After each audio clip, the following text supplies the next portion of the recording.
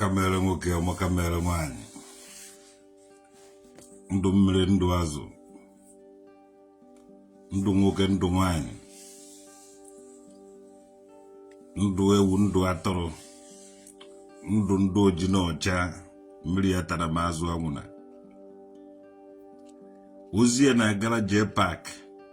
na ndị Southeast Content Creators.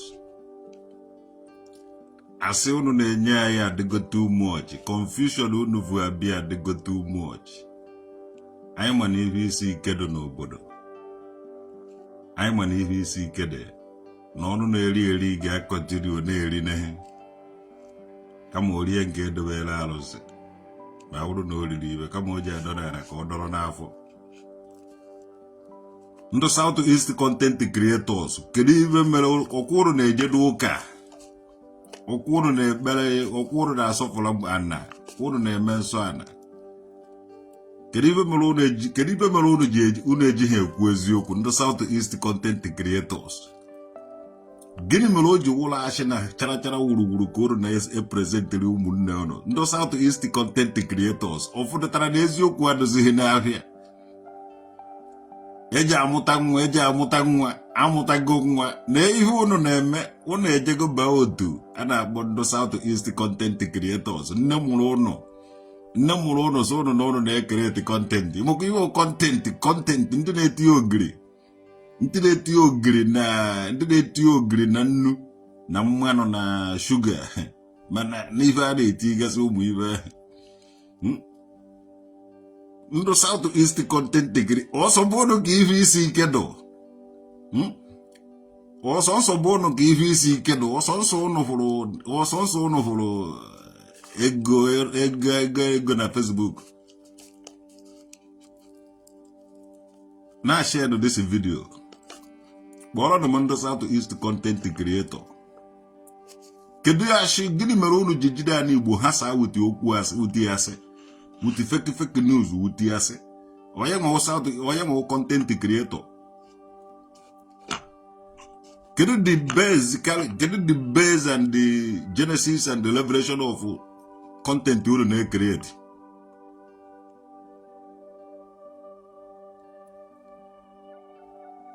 Ọkwa nne mụrụ unu ka unu ọwụzi machine ka unu ọwụla bọt wechikwa mmadụ ka unu Southeast Content Creators unu ka a na-ajụ ife ọ na-emekwa unu. Ụmụ ibe unu anaghị eme jọs agba ya na vidio maka ọsọ unu n'ebe a na-ewu ọkụ, unu n'ebe aka na-afụ ọsọ aka na-alụ flyover, unu n'ebe a na-ewu ọkụ ewu ọkụ eweta, unu n'ebe generator na-asụ. Unu Southeast Content Creator a na-enene unu because unu na-enene TV before kịta a na-enenezi unu na ejizi telefon enene unu. Ifere ma ukwe unu ndị Southeast Content Creator unu ka nna agwa na ibe ni unu pastor content creator, dibia content creator amazighị oke mma na uri ogbu ibe chara gbute ọcha ha gbute bele faces anywhere apụrụ amauke a na-eme Southeast Content Creator. Ị na-ekreti content na unu si ahasa ana Igbo amazighị ba oji na ọcha na ana Igbo. Unu na ọnụ unu stage ofu ibe vuru fụta ka unu họrọ ya ndị mmadụ eme unu asị ndị ọcha mere unu, ndị ọcha mere unu nke a, ndị ọcha mere unu nke a. Mana unu ga-evute asị lee ya na media,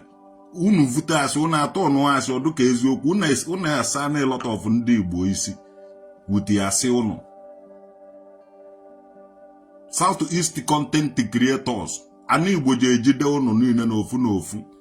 ibe niile unu na-aja ha echi eze na-achị ọchị ma ndị kwesịrị ịchị ọchị ndị ekwesịghị ịchị ọchị na-achị ọchị. Ndị otu Chief Imo enwebeghị ibe Chief Imo na-emebeghị. Ọ bụ ha na-alụ goshu gbaa akpọole ka akpa ụmụ nwaanyị mụọ ọgọdọ tii ma onwebeghị ibe Chief Imo na-emebeghị ka o were nwee ego. O nwekwuo n'ego content creator, Southeast Content Creator Chief Imo. Ị na-enenekwa fim go na ndị enyi ha nwaanyị ka ọ dị nwunye ha ndị ahụ nwunye ya dele nje na comment section nwaanyị Imo nnenekata ụnụ onye asịm shọtụ ọ baghị uru ife emego anyị n'elu ụwa onye ka anyị ji akọrọ onye ka anyị ji akọrọ ife ji mere anyị n'elu ụwa na ọ aji akọwa ife things fall apart ka eji akọwa ọgụ Biafra ka eji akọwa ọ na-esinye anyị 20 pass onye ọ na ji wee bido new life ka eji akọ onekwashi ọkọ na hunger siri kpasasị anyị n'elu ụwa niile anyị na-eri ma oke ma ngwere ma ọchịcha ma mkpụrụ onweghị ife anyị anaghị eri ka anyị were sustain life ma nke woman leader na-anụkwa ife na-ekwu na onye nwe woman leader o nwebeghị ife emebe n'elu ụwa na ka e were tinye azụ n'ofe nna ọmaka mere ụnụ m obi aka Samuel obi aka obi mma awazenze obi aka obi mma ayazenze ọ ga-adọrọ gị mma Chukwu bụ eze ọkpara ọgbaka mere ụnụ ọma gị oke idu ọma gị chifi ụmụ onwebeghị ibe ya na ma gị emebeghị onwebeghị ibe ya na ma ịsụ a na-asụ ya dị ya na chifi ụmụ a na-asụ ya ma gị na chifi ụmụ onwebeghị ibe ndụ a na-emebe ndị South East content creator ibela ụnụ na-eme m unu jee nụba Nollywood ma ndụ ba ofu wood ka mara na wood ka ụnụ weta at least achọla nkụ awere ụnụ ife ọwụrụ wood oche ọ na ofu wood jee bai unu bi ụnụ na-amagharị ihe chekwa na o nwere ife ụnụ che bụsị ụnụ abụghị ibe ụnụ na-evu na-eche vuo ofu ihe kwube maka ndị Igbo onye na-eme egwuregwu na onye na-egwu egwuregwu na-achịkọta ndị Igbo onye na-eme content creator lee ihe ọ gwere wute ihe ndị Igbo because ọ bụrụ na mkpa baba ya omebe ife ndị Igbo mgbe o ji akpata dị ego gosi gị kọrọ ya anyị mụ n'ụnụ si gbarigba ego ahịa ụnụ ma ndụ dipọtụrụ from obodo oyibo ma ndụ odeji nji na-alụzi họteelụ na agụrụzi Igbo kịta na olukwene mgbe m ji eburu ha ma odeji nji na-alụ họteelụ akọ ọka alụgo họteelụ odeji nji lụọ họteelụ na agụrụzi Igbo eme a na-abịa na-eburu ụmụ nwaanyị na-akwarigo na agụrụzi Igbo chai ihe dokwa ihe do anyị oji agbadoro ụlọ ọzọ unu were họteelụ na-alụ na ana nsọ ana edoro nsọ ana ndị nsọ na ndị mbụ na ndị egede ahụ n'ebe a na-alụ họteelụ ebe a na-akwa iko ụmụ nwaanyị ụmụazị na-elu mmiri ọtọ na-akọbeghị n'isi evuru gị agbafe esigo to God who made me and you mgbe iji evuru ọgbọ nwa gị na-akụwarị n'elu bedị mgbe iji evuru onye kwesịrị ịmụta iduto na ịgbara iche igbe ụnụ na-agba iche na mmadụ wee ivuru onye kwesịrị ịmụta nọrọ n'elu bedị na ụdịrị nwere ife ị na-eme ifere anaghị eme ụfọdụ ọmụnwa traditional nwoke dị iwe na-ewe mmọnwụ ụnụ mana ọchị anaghị atọ eze mmụọ maka na ọnwụ na ọchị tọwa eze mmụọ ụmụ mmụọ atọ akụwasịrị onwe bụ isi n'ofu n'ofu so ife anaghị eme na-emezi n'ala Igbo na ife anaghị eme ọ na-ejigo from content creator from Nollywood from acting na-achọ ka ebuba ya ka ọ wụrụ real mgbe a na-act Nollywood ị ga-afụ na ba na-act cha Nollywood ndị eze nwaanyị from Peti Edochiebe mbụ Mama G ha ndị cha ndị act chara ihe eze nwaanyị kịta ada ife niile ejugo na village niile ịbịa n'isi ọhịa kịta ịhụ ndị eze nwaanyị ha mụtara na Nollywood ama kedu ebe o si amụta ihe Peti Edochie nekwa ife niile ahụ actịrị na Nollywood ka ndị mmadụ na-ebubatazi na village niile mana your own village ọnụ nwajere act ba ya na Nollywood actịchazie Nollywood DBS mmiri enweelo kọpịrị ya ọ dịsị ndị dibia ma akwa ọkọ onye ọwụ na kọpịrịcha dịsị Nollywood DBS kịta ha ebubatago n'ụlọ na-achọ ịfọsụ ya ndị Igbo na omenala Igbo ka ọ mana mmiri enwe ile ọkara akwụ wee Nollywood actor na actiri onwe movie mana kịta na a na-achọ ka ebubata ihe a ka ọ wụrụ omenala na ọdịnala Igbo ndị Igbo arịa m okwu ibe ahụ omenala na ọdịnala ụlọ amụkwaba ibe nji na-ekwu ife niile these people mụtara from Nollywood ka ha na-ebuba site n'ala Igbo kịta asụ na omenala na ọdịnala Igbo ma ebe apete edochie ya na-eje egbu anọ na-ata na Nollywood ife niile a na-eme na Nollywood ya ka these people jere kọparị na-eme na ala Igbo today sịgo na omenala na ọdịnala Igbo a na-ebupụtakwara ya na social media ịgazi ha ama oke ngwa na Igwe Credo emekatago mekata Nollywood omewe omenala megide omenala ya na ndị omenala ahụ nwe obere kesi ọgbabarakwa na Nollywood n'ezie ebe a ebe Igwe Credo na-eme ije ha ama na ọ na-eme acting ka ọrụ iri igweghị ike ịmụ maka ọ nọ onwe ebe ọ nọ ife niile ụnụ mụtara na Nollywood ka ụrụ na-ebubata ụfọdụ n'ihe ndị eze nwaanyị onye enyechara mkpụrụ mmiri ọkpọcha ọsịgo na ọwa eze nwaanyị obido na-achara nje gị otu mmụọ na-asị gị oyi were mmụọ na-enye gị tretin oyibo ji atụgoda mmụọ nke atụgoda mmụọ nke a mana ọ wụzighị virgin osi na mmụọ nke a pụta ọgbabara na mmụọ nke osi na mmụọ nke a pụta ọgbabara na mmụọ nke a dibịa ala ya onye ala ya ọsịgo na mmụọ na-aza ya onweghị mmụọ na-aza gị ife niile awụ Nollywood acting ma ndị dibịa ma ndị eze nwaanyị anyị fụrụ n'ala Igbo today asị gị jee pịba ife ọpịpị a na-eje na mmiri na-atụ ụkọ ngwongwo na ngwongwo ihe awụ ife a mụtara from pete dochie ha Nollywood Bob Marley udo okwu ha ihe awụ ndị Nollywood aktego na Nollywood na-achọ ka ebubata ya n'ala Igbo tụrụ mmiri enwe ile ọkara akwụ ha a na-achọ ka jos ibe act ka ọ wụrụ real amamibe njin agwa ụnụ Jpac ga-stop ị ga-stop ide presentri ya anything about ndị Igbo ibe na-emewe ibe egwuregwu nwa anụ ọbịa gbuo mmadụ echi nye gị were ego ya nye gị n'irie ibe ị na-achọ wee egbe ego ka ị na-agbara ịdozi mmata ebe ego ahụ si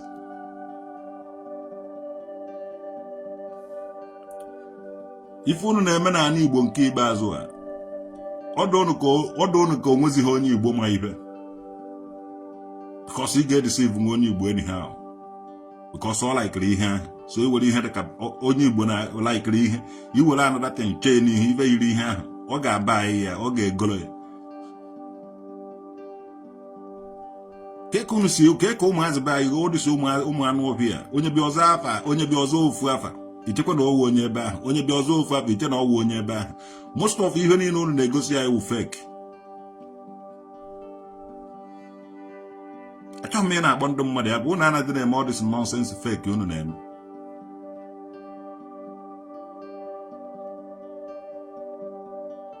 unu chi ime ibe unu tag nke ahụ fake nke ahụ acting nke ahụ hụ real mebe na ya otu ahụ ka differentiate na ọdụ states unu na-eme because oge ma anọkwa na ofu dibịa mụtara from Nollywood abịa ka ọ chara eji ebe nna m atụtụrụ m onye ahụ kpọchie somewhere agaghị m anọkwa na ofu ịdị ọtọ so na ọwa eze nwaanyị achara njikwa m n'ihe m na-eme so na mana amarie m onye ahụ agba ife unu mụtara from Nollywood pete edochie ife unu mụtara Nollywood ndị Nollywood kụziere mama ji akọrọpụta na-elọta ọfụ ụmụ nwaanyị be anyị because ha na-eme eze nwaanyị yes eze nwaanyị amụtara from Nollywood before unu ebido mewe ya unu na-eme n'ala Igbo today there was Nollywood who are acting all those things ife niile unu na-act ma ide mmiri ma ijene na ide mmiri na Nollywood watch ya ifu na ụmụ nwaanyị niile juru na village unu ọkwa Nollywood ka awa ọkwa ha eze nwaanyị ọkwa Nollywood ba na act dibịa na alaba sefu na-akụwara ife n'ime ọhịa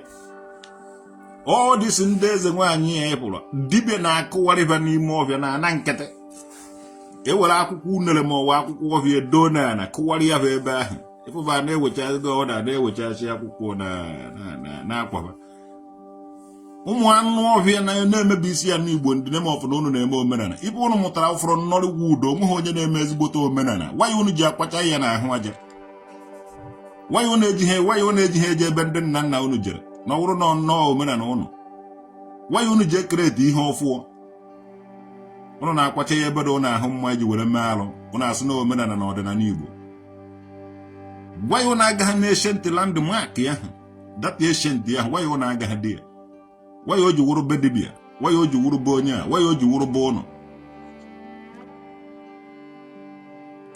isi ife adụzikwa ihe n'isi ife anyị nwawo ndị amụere n'udude nke awa grandfathers ha jere n'udude nke ahụ so anyị ka na-eje n'udude nke ahụ wanyị nke ụnụ ejighị duo n'ahụ wanyị mmụọ ji akpọzi ụnụ ọrụ ka ụnụ jelụba dibịa na ahụ bụ ụnụ wanyị ụnụ ji eje alụ blọkụ ewere blọkụ Dangote eti ofu ife vute mmụọ na-amụ ha afa ya dobe somewhere wanyị ụnụ ji wanyị o jide otu ahụ fake ya karịa n'ala Igbo Nollywood dibias Nollywood eze nwanyị jee na epeti edochi efe jee na Nollywood movies jee na Nollywood movies fa actchara ọ bụrụ na ị na-echa dị Nollywood mee ka ide mmiri actịrị ya act ife niile a actịrị ya act ide na-echa ya jee na enewe ụmụ nwaanyị eze nwaanyị be anyị ya na ndị na-ama ya akwa red akwa white akwa ife niile a akwa ahụ emere n'ala Igbo ọ Nollywood gosiri ụnụ ihe ụnụ na-eme a na-akụ mgbịrịmgba tanga ife niile emere na Nollywood ka unu na-evutu na-eme n'ala Igbo so na omenala na ọdịnala ụnụ wanyị ụnụ anaghị eje n'udo ka enweghị mmụọ jikọrọ obodo ụnụ kedu ibe unu ji agbara udo ọzọ na-achọ ka egosizie na dibịa na ofeke dibịa wụrụzie eze dibịa gwana kpọfụtara na m ndị dibịa ụnụ ahụ ka m were ọla mkpọ ọsọ ya bụ anya unu je mụta ibe na Nollywood unu achọ ka unu were ya echefu ndị nwe obodo bebe anyị Igbo nwere otu esi eme ibe all this fake things unu na-eme na Facebook were amụghị anyị na Facebook onye filu na o mere ibe imecha jee grand oya n'ala Igbo ụmụ ofeke unu na-ezuzu ha ibere mekpọkwa ụnụ anya unu na-eme content creator because of ego ka unu ji na-ezuzu wanda unu ji agwa ndị mmadụ ife unu na-eme were ya nweta ego because many people chọrọ inwe ego ahụ and unu ga-ama na ọwụ content ka unu na-ekreti na o nwere another things unu na-eme unu jọsụrụ banye otu maka igwe ike mana unu bara fake otu yes unu bara fake otu Facebook onweghị onye bi na Facebook people biri onwe ha ebe ha bi na-emere onwe ha things mee report page mmadụ ma ọwọdụ onweghị onye bi na Facebook the more you do kama will catch you alụ ka ụnụ na-alụ ụmụ ofeke eze nwanyị ofeke dibias ife ụnụ mụtara na Nollywood ka ụnụ na-achọ ka ụnụ mee ka ọ wụrụ real jide anụ na-ata because ụnụ gbuo anụ ọ na-ata dị anụ ụnụ anaghị egbuo dị anụ hapụ ya ka mmụọ bịarie dị anụ mana eme agwa gị na o nwere mmụọ na-emere ife and mmụọ ahụ ji aka ya egbu ife ọwụ na ọ nidiri inidie igbugo ogbuo gị anaghị m eme mmụọ na-eme mmụọ na-emere ife mmụọ na-egbu mmadụ adị ọ na-egbukwu ibe anụ ọwụ na ọ chọrọ ebe ọ na-egbu mmadụ o nwere ike igbu anụ ọwụ na ọ chọrọ igbu gbuo dị anụ taa dị anụ anaghị m egburu ya anụ ọwụ na because ọ na-egbu mmadụ ọ mmụọ na-emere ibe mmụọ ka mmụọ owu mmụọ na-akọmandị jee mee nke a ma ọ jee mee nke ọzọ mmụọ ahụ ma ibe ọ ji eme at any given time try ya ebe ya sogodo ya ka a na-agba kama is a bitch ọ na-anwụdo nwoke ọ na-anwụdo nwaanyị ife ọ na-ọgụkwụwa aka gị ọtọ emegide kwere nwoke emegide nwaanyị anọkwara n'izu ebe a na-emegide nwoke anọkwara n'izu ebe a na-emegide nwaanyị o ji wee wụrụ ya nwewe obi agụ ọfụ obe agụ nkwụ agụ ọgwụ niile nọ n'ala Igbo ji agwụ enweghị dibịa ji enweta nwu traditional nwoke eri mana kama ji egbu dibịa ahụ ọsịsọ Kinsiri St. Grams Stephen ụmụaka mmele gị n'ori na ahụ na nkwụ na-eke Sony Star Success TV ya gaziela gị Blessed Odi Peter o ji adara gị mma n'ori na ahụ na nkwụ na-eke David Chukwuemeka ekehiti hafụ ekehiti nkata ọgwụ ihe niile ahụ Nollywood onye ọbụla na aktị ono nwere ike mana ha akịtịkwa nke ndị vileji ha nke o ji ekeji adụgide na vileji ha permanently ọkwa ha nke eji eme anọ na-asị ka evi ya Igbo niile ibe nnọkwa na awa onye nwa ya nyere agba ya na otego ya nyere agba ndị nwụrụ anwụ ọ karịghị otu ahụ ndị South East content creators ife isi ike ji adakwasa ụnọ abata Jenụwarị if you unu je unu ejeheri to God, if you see ke je abatara unu maka unu je na-evu asị ka unu were chọọ ihe unu na-eri maka ebe ọ na-emere mmemme ịma ego na plate nri na unu eje ebe a ọ na-eri edi nri ṅụọ mmanya tasasị ya hara unu jewara vulu asị degefu ahụ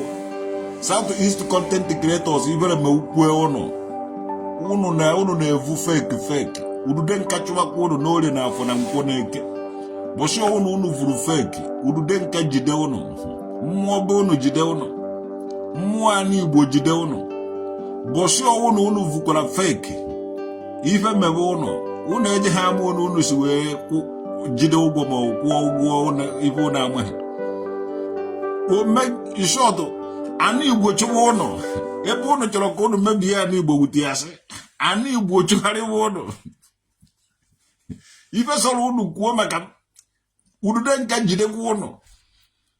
ndị South East content creators unu do alụlụ ana unu na-ehe asị unu na-edisivu ụmụ Igbo niile unu disivuru mmụọ bebe chụgharịwa unu n'orie na ahụ na nkwọ na eke na ekwere m ise na-achị ya na ya ka o ruo ndị South East content creators dị irichi comedy ada nwaanyị ka ị bịara ịnụ enyi ya nwoke nwudokwe ichere onwe ha enyi nwoke ka ichere ahụ m aka gọm chief ha nwechakwala enyi nwoke ị bịara late go and sleep ị na-eme comedy ebe nọrọ nwa m ị na-eme comedy echi buru efu o mewe comedy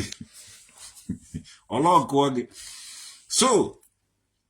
ndị South East content creators unu do alụrụ ana unu chọrọ idisive ụmụ mmadụ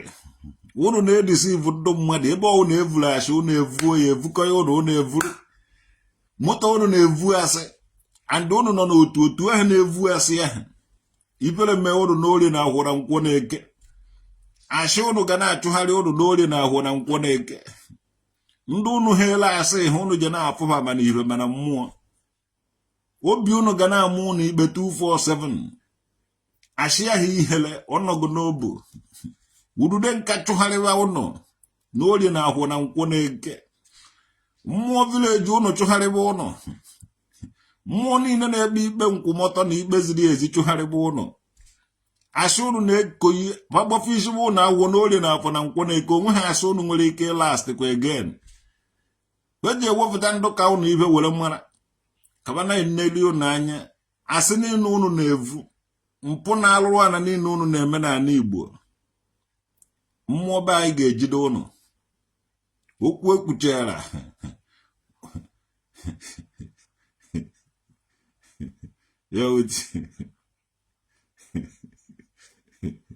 ya uti my former girlfriend Chinenye Ekwurobịa ị chọrọ ịlapụta mmụnwa nwere Chinenye na Ekwurobịa enweghị Chinenye Ekwurobịa enweghị onye Ekwurobịa kpọrọ na-abụ Chinenye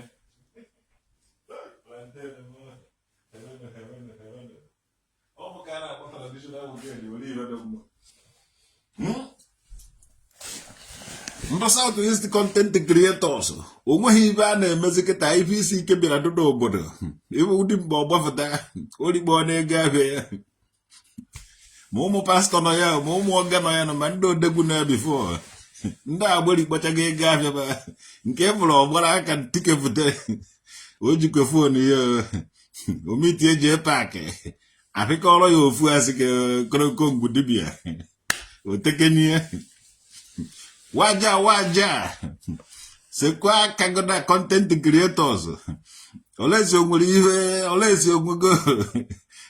se waja sefa aka enwe n'ofe tufu me hoba aka mmadụ South East content creators ndị oji social media deceive ndị mmadụ ekwensu achịchago ụwa were ihe ojichi ụwa hand ya Jpac na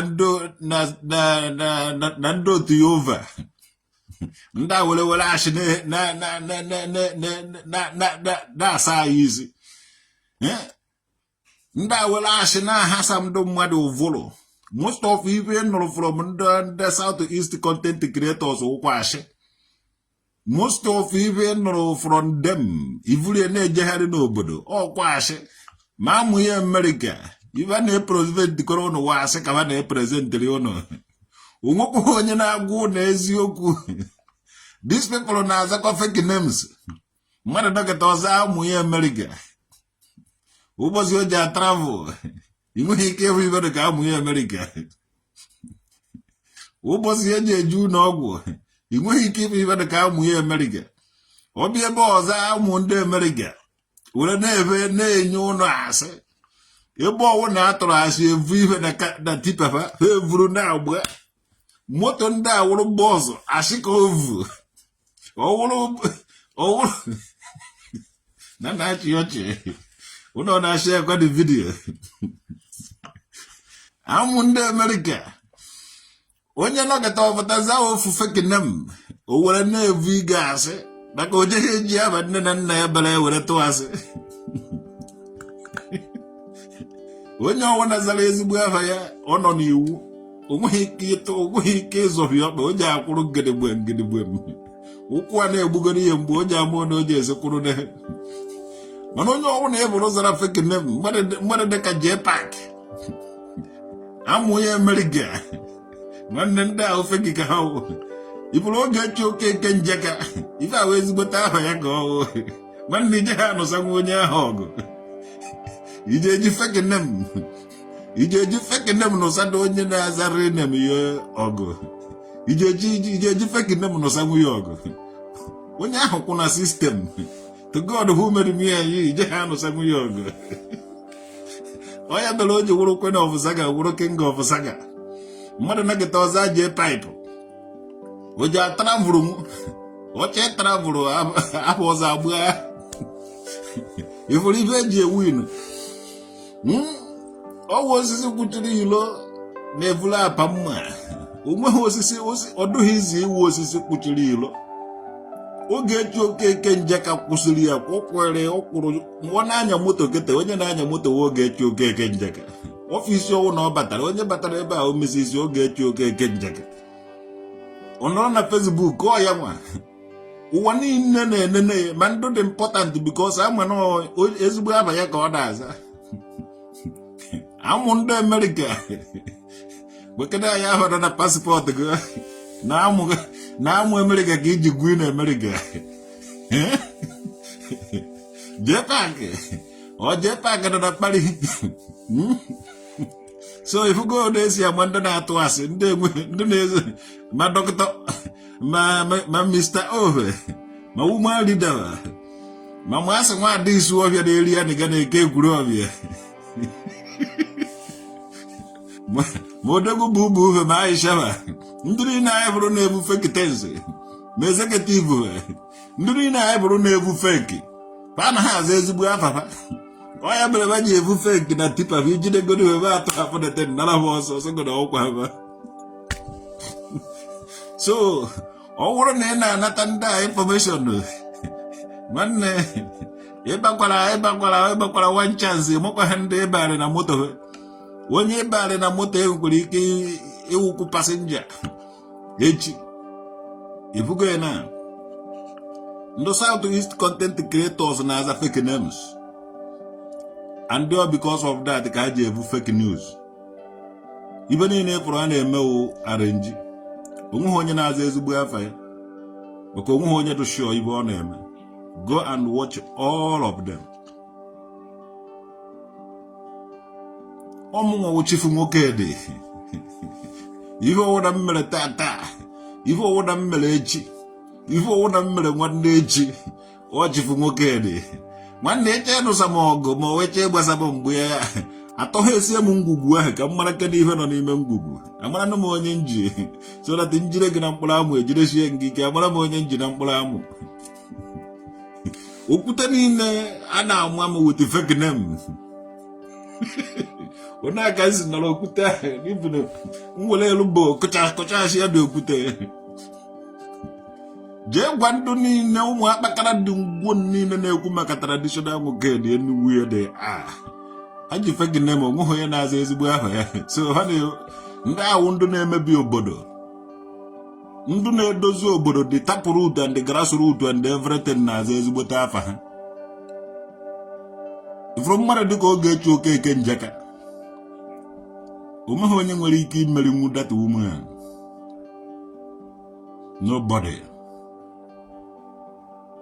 Nobody amụbeghị onye ahụ. Ị na-aza ezigbo afa gị? Ya nwa na-aza ezigbo afa ya. Afa nọ na-akpali ya. Abụ ojigwe n'obodo. Ọmụghọ traditional nwoke dị. Nwanne, agbago m isi ya wụọ. Awụzighị m ụmụazị. Onye tiri m agbụ anyị isi ya wụọ ọsịsọ. Ana m emekwana ihe dị ike ọsọ ọdụkwana m ana m agbakwana ọzọ. Ọmụghọ tradisi. Omenala na ọdịnala nwoke dị ka nne m.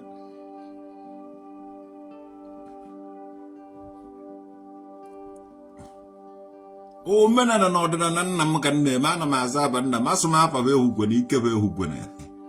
Andị ma adụ chichichi were nwee ike idifendi ọ nwoke dị n'ekwu. So ndị South East content creators bie na-esa n'anya onunu si ewere fake news ahasasị ụmụnne anyị ụvụrụ ma ọwa ya achọba ibe na fake names ahụ.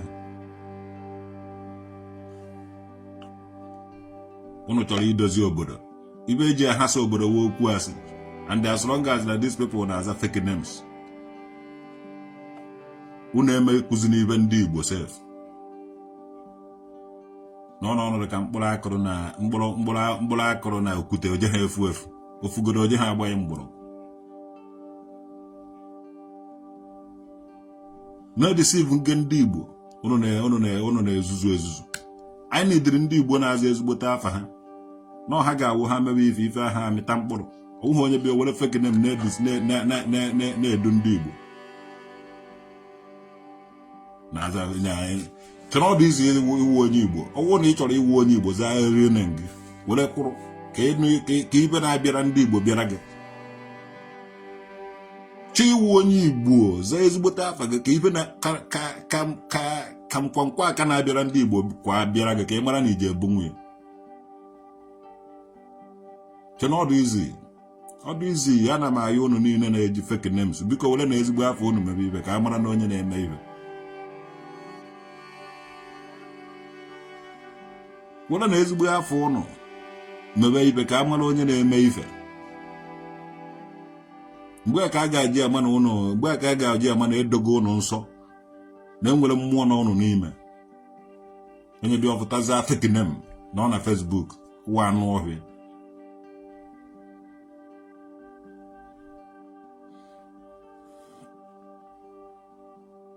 Give you the time and the venue. My venue Wodimborg. Onye ọ na-achọrọ ịbịa n'Odimborg, ya ọbịa n'Odimborg. Ebe isi wana ị na-achọ traditional nwoke dada nwudu dị nke mmiri kingdom. Na ọ kparịrị gị na ị chọrọ ịnụsa ya ọgụ. Ka m hụ ọgụ ka ntaagụ. Ka m rie ntaagụ ka anụ mmadụ. Taagụ takọrọ ihe niile nọgụ n'ahụ. Kwụrụ ikwu were jama mmasị nkwụọ ọkpụkpụ ga-akwụọ taa ya ata sef. Take any serious time. If you see kedo and agbacha Christmas ya ọrụ na-achị bụ kwefụrụ agbacha Christmas ya abata January mark ya na my word. Ọ dịka ibe isi ike ji adụ na 2025 January unu nwa metere ibe isi ike ahụ. And o ji aka ụnụ aka ịbụrụ January, February, March ife isi ike ji amachi ụnụ. Mụnwa na-ekwu ya ụnụ akpasu onye mmụọ iwe kpasuo a n'Igbo iwe and ọ ga-etetọkọ ụnụ because ụnụ ga-continue ka ụnụ na-eweta asị dị ka eziokwu ka ụnụ were lee wanyị na nke ụnụ lele ndị mmadụ eji ụnụ n'aka. Fere ga-eme ụnụ niile na-aza South East content ọkakwa mma na ụnụ mewere comedy mebe entertainment. happy na-eje monokete ya eme stage ejikwere m onye arrest ejikwere kpụrụ onye a ejikwere m onye nke a ejikwere m onye nke a ị na-eje pak anya mgbe ọ na-ehe asị ọnụ ya na-eji oji ine ya anya na-ekwu ọ na-atụ asị ije jede na mgbe ahụ ọ na-ekwu wuti ọ na-ekwu na edwin n'igwe na ibe ahụ ibe eji esetụrụ na ibe nwanne na nwanne jede na ya ara njikọ ọ na-achọ ivuba ibe ahụ nwanne stop onye na-egosi ya ihe ndị motherfucking things na ibi na civilized countries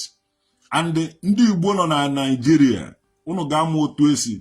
respect ndị Igbo nọ na diaspora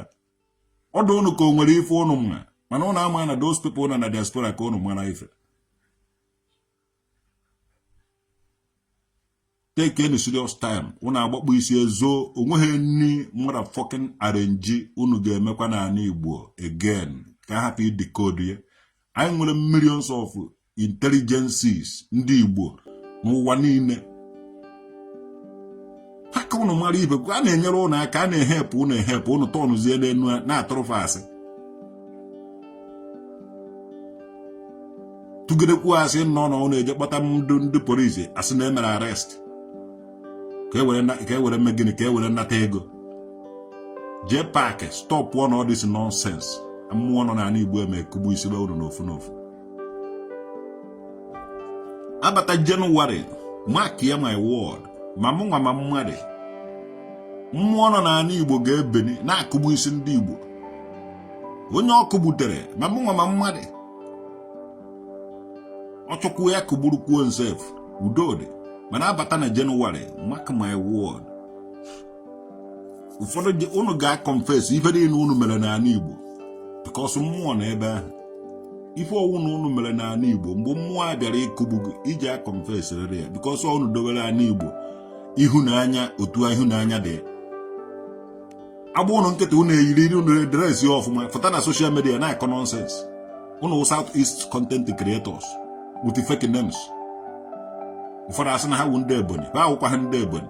ụfọdụ asị wawụ ndị Anambra ha abịawụ ndị Anambra ụfọdụ asị ha wụ ndị Agụata mana ha awụghị ndị Agụata unu na-atụrụ ndị Igbo asị ọwụ na unu agaghị dikodu asị niile ahụ unu tụrụ unu ga-ata afụfụ ibu isi ike ya a na-achụ ego onye biznes onye gbe onye rikparigbe ego ahịa ya ọsọ oje bakọ ya ofu otu ịba ha content creator ịba otu ndụ dibịa ịba ha otu ndụ dibịa ịba otu ndụ na-ara nwunye mmadụ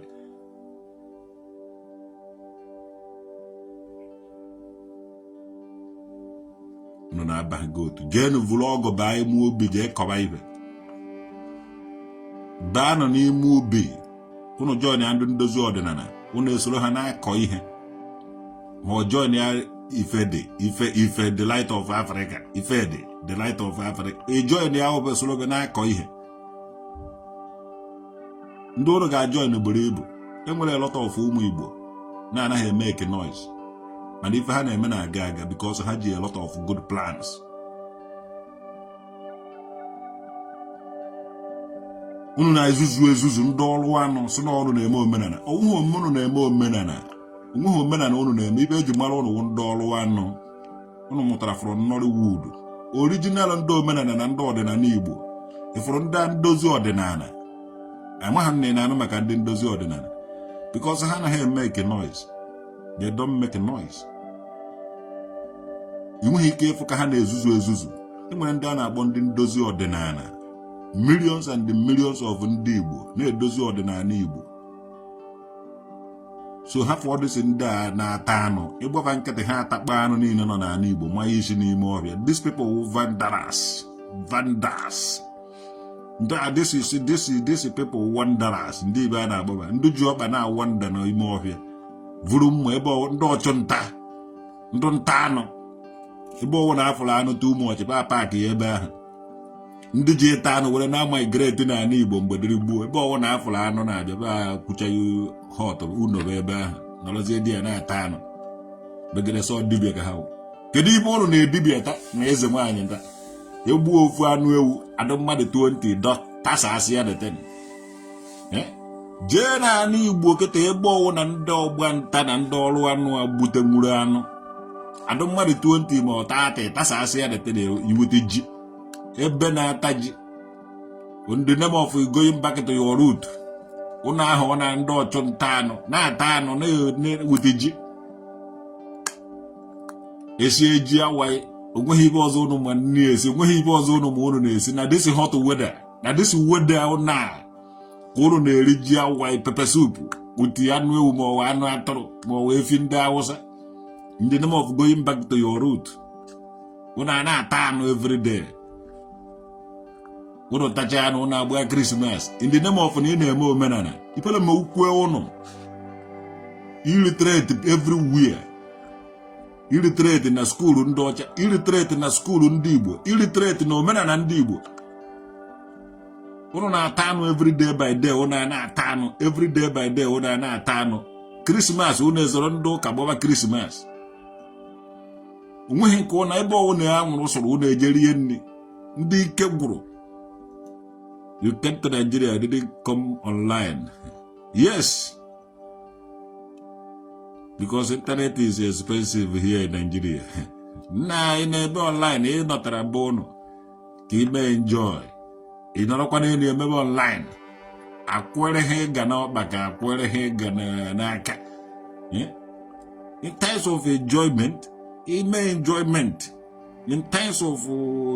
it rogo ebe na no, it meroko ebe na na eme ife. Obi ko God's power. These people are who men and I can eme. If I had eme damages gonna cause in the Igbo societies. Hey, hana atano adumadu no ne kesa asia de thing. Emecha agba Christmas. Keta Christmas in the luna. Watch and do one akbo fendo menana. Na akwakọrọkwa ịgba Christmas because baja atarịrị ya nọ baja egorịrị ya kwa Christmas baja afụtarịrị ya bụ ibe na afụta at the end of it ifụkwado ndị Igbo ndị omenala na agbakwa Christmas wa eziokwu ka nna agwa gị